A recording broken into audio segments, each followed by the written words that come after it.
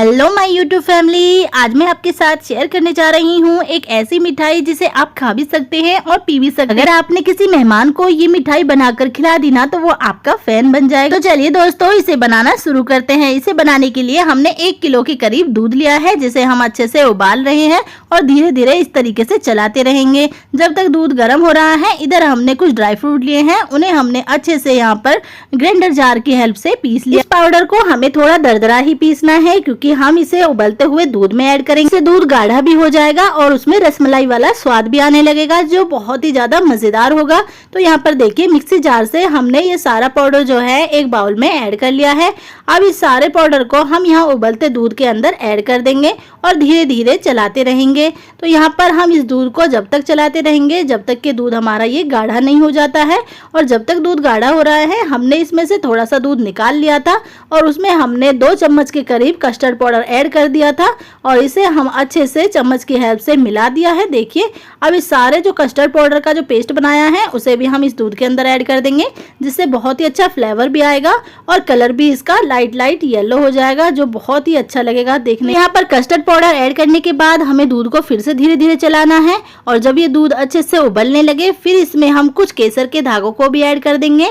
इससे भी फ्लेवर भी अच्छा आता है और जो कलर है वो और थोड़ा डार्क येलो हो जाएगा, जो दिखने में रबड़ी जैसा लगेगा। इसे हम जब तक चलाते रहेंगे जब तक कि ये दूध गाढ़ा नहीं हो जाता, थोड़ा थिक नहीं हो जाता है। इस तरीके से धीरे धीरे आपको भी ये चलाते रहना है, क्योंकि एकदम अगर आपने गैस हाई कर दी तो ये फूकने लगेगा। और इसके बाद हम यहाँ पर 2 बड़े चम्मच के करीब चीनी ऐड कर रहे हैं। हम इसमें चीनी जो है थोड़ी कम ही यूज़ कर रहे हैं। और क्यों हम कम यूज़ कर रहे हैं चीनी को, तो इसका जो प्रोसेस है वो आप आगे देखना। तो इधर जो दूध है वो अच्छे से खदक रहा है।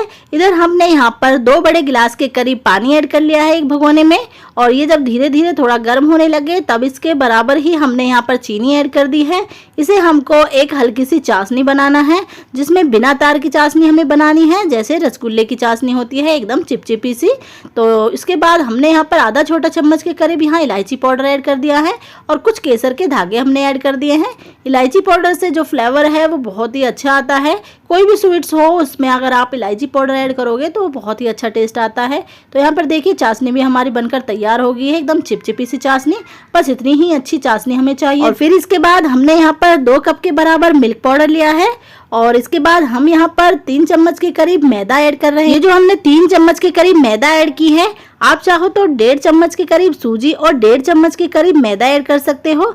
फिर इसके बाद हमने यहाँ पर आधा छोटा चम्मच के करीब बेकिंग पाउडर ऐड किया है और इसके बाद हमने यहाँ पर 2 बड़े चम्मच के करीब मलाई ऐड कर दी है और फिर आधा छोटा चम्मच के करीब हमने यहाँ पर इलायची पाउडर ऐड किया है।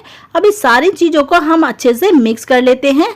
इस तरीके से आपको भी ये सब मिक्स करने हैं। और फिर यहाँ पर हम 1 बड़ा चम्मच के करीब यहाँ पर देसी घी यूज़ कर रहे हैं।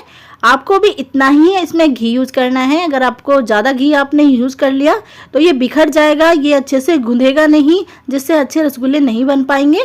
तो आपको यहाँ पर 1 चम्मच ही घी लेना है। उसके बाद यहाँ पर हमने 1 चम्मच के करीब ही मिल्क लिया है और उस सबको अच्छे से यहाँ पर मिक्स कर दिया है, जो कि एक फॉर्म में आ गया है जिस तरह आटा होता है। और जब ये ज़्यादा सूखा सूखा सा लगे आपको तो आप आधा चम्मच के करीब फिर से दूध इसके अंदर ऐड कर सकते हैं, जिससे थोड़ा सॉफ्ट हो जाएगा। और हमने जो ये डो तैयार किया है उसे हमें थोड़ी देर तक इसी तरीके से मींडना है, मसलना है, जिससे ये थोड़ा सॉफ्ट हो जाए, जिससे कि जब हम रसगुल्ले बनाएंगे तो वो फटे नहीं, वो उसमें कोई क्रैक नहीं आए।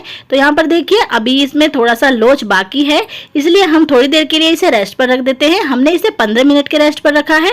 अब इसे हम किसी प्लेट में निकाल लेंगे और इस तरीके से हाथों से मेश कर देंगे, क्योंकि ये बाउल जो है थोड़ा छोटा पड़ रहा था, इसलिए हमने एक बड़ी सी प्लेट ले ली है और बड़ी सी प्लेट में हम इसे फिर से हथेलियों की हेल्प से इस तरीके से गूंथ लेंगे, जिससे कि ये बहुत ही ज़्यादा सॉफ्ट हो जाएगा, जिससे हम रसगुल्ले बनाएंगे तो उसमें क्रैक नहीं आएगी। लगभग 5 मिनट तक इस डो को हमें इस तरीके से ही मींडना है, जिससे कि हमारा जो ये डो है वो बहुत ज़्यादा लोच वाला बन जाए, एकदम से चिकना चिकना बन जाए, जिससे जब हम एक छोटे छोटे रसगुल्ले बनाएंगे, एकदम छोटी छोटी गोलियां बनाएंगे, वो अच्छे से गोल हो जाए, उन पर कोई क्रैक ना आए। तो यहाँ पर देखिए, जो हमने डो बनाया है वो अच्छे से सॉफ्ट होने लगा है।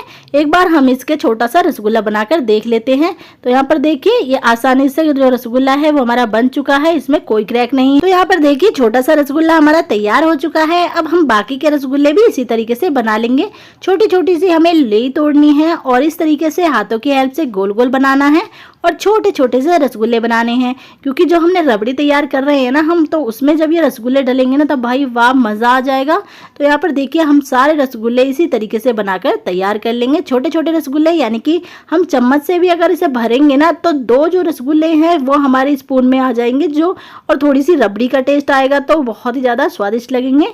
तो यहाँ पर हमारे रसगुल्ले तैयार हो चुके हैं। तो अब इन्हें फ्राई करने के लिए हमने यहाँ पर रिफाइंड ऑयल ऐड कर लिया एक कढ़ाई के अंदर, और इस तेल को पहले तो हमें तेज से गर्म कर लेना है और फिर बिल्कुल 0 फ्लेम पर कर देना है। एकदम धीमी आंच पर हमें इन रसगुल्लों को पकाना है, वरना तो ये बस कलर ऊपर से चेंज हो जाएगा, अंदर से कच्चे रह जाएंगे। तो यहाँ पर अब हमने बिल्कुल 0 फ्लेम पे इसे करा हुआ है और सारे रसगुल्लों को हम इस कढ़ाई के अंदर ऐड कर देंगे और 2 मिनट के लिए इसे ऐसे ही रहने देंगे, एकदम नहीं हिलाएंगे। और 2 मिनट के बाद हम इसे अच्छे से करछी की हेल्प से हिला देंगे। अब धीरे धीरे इन्हें हिलाते ही रहेंगे ताकि सारे रसगुल्लों पर एक जैसा कलर चढ़ जाए। तो यहाँ पर देखिए करछी से आपको भी इसी तरीके से हिलाते रहना है सारे ऑयल को और सारे रसगुल्लों को, ताकि अलट पलट रहेंगे सारे रसगुल्ले तो एक जैसा कलर आ जाएगा।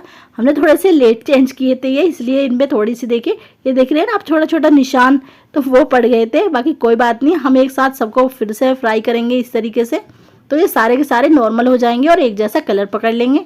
तो यहाँ पर देखिए रसगुल्लों का जो कलर है वो कितना सुंदर आया है हमारा। और थोड़ी देर इसे ऐसे ही ब्राउन कर लेंगे थोड़ा सा और, क्योंकि जब हम चाशनी में इन्हें डालेंगे ना तो इसका जो कलर है वो थोड़ा सा लाइट हो जाता है। तो यहाँ पर देखिए रसगुल्लों का कलर कितना बेस्ट आया है। वहाँ पर हमारी चाशनी तैयार हो चुकी है और यहाँ पर हमारे रसगुल्ले। तो इन रसगुल्लों को डायरेक्ट हम इस कढ़ाई से निकालते हुए इस चाशनी के अंदर ऐड करते रहे। देखिए सारे रसगुल्ले जो है हमने इस छोटी सी भगोनी के अंदर ऐड कर दिए हैं। छोटे छोटे से रसगुल्ले बहुत ही ज्यादा क्यूट से लग रहे हैं। तो यहाँ पर रसगुल्ले तो सारे बनकर तैयार हो चुके हैं। चलो करछी की हेल्प से एक बार सारे रसगुल्लों को चला देते हैं ताकि जो रसगुल्ले हैं चाशनी के अंदर अच्छे से डूब जाए। तो यहाँ पर देखिए चाशनी हमारी सही है, एकदम थोड़ी सी ऊपर ही है रसगुल्लों से, तो इतना ही होना चाहिए। चाशनी थोड़ी एक्स्ट्रा ही होनी चाहिए ताकि जो रसगुल्ले हैं फूल कर जब ये चाशनी को सोख लेंगे थोड़े बड़े हो जाएंगे। इधर हमारी जो रसमलाई है वो भी अच्छे से तैयार हो चुकी है और हमने जो इसके अंदर केसर के धागे डाले थे और कस्टर्ड पाउडर ऐड किया था, उससे हमारा जो कलर है इस रबड़ी का बहुत ही अच्छा आया है। और यहाँ पर इन रसगुल्लों को हमने यहाँ पर कम से कम 1.5 घंटे के लिए रेस्ट पर रख दिया था ताकि हमारे जो रसगुल्ले हैं चाशनी को अच्छे से सोख ले। और हम आपको फिर से बता देते हैं कि हमने जो दूध में कम चीनी डाली थी इसी वजह से डाली थी, क्योंकि रसगुल्ले के साथ इसका कॉम्बिनेशन है, तो इसलिए रसमलाई में थोड़ी कम ही चीनी हमने ऐड की थी। तो यहाँ पर एक बाउल के अंदर हमने रसमलाई अपनी ऐड कर ली और इसके बाद हमने यहाँ पर छोटे छोटे क्यूट से 8-8 रसगुल्ले एक ही बाउल के अंदर ऐड कर दिए हैं। तो एक कटोरी हमारी तैयार है। कोई भी गेस्ट आ जाए तो एक बार इसे टेस्ट जरूर कराना, सचमुच आपका फैन हो जाएगा। तो है ना दोस्तों ये मजेदार सी स्वीट्स, मजेदार सी मिठाई जिसे आप खा भी सकते हैं और पी भी सकते हैं। तो अगर आपको हमारी ये वीडियो अच्छी लगी हो तो प्लीज एक लाइक कर देना और चैनल पर नए हैं तो प्लीज हमारे इस चैनल को सब्सक्राइब कर देना।